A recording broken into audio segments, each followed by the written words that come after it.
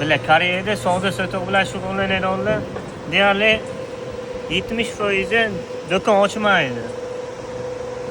Skalatdan turib savdo qiladi. O'zi mana yerda o'zim gektar joyga qurilgan xolodilnik emas. Mana yerda bir kishi skalat qilib foydalanadi. O'zida 12 kishimi ishlayapti. Qaram yuklagani kelganda xolodilnikga bu yerda nechtadir zavodda mahsulotlar saqlanadi, katta xolodilnik. Ulardan bir burchagini skalat qilib olganda internetda sotib skalat o'zida mana skalatni o'zida qadoqlab jo'natib yuboradi, pochta qilib.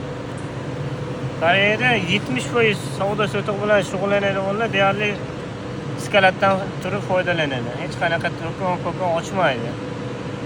Zo'rda. Deyarli hamma do'kondan ko'ra internetdan zakaz qilib oladi. Deyarli narxi bir xil. Ko'chadagi bilan mana internetdagi mahsulot narxi. Shunaqa rivojlanishgan.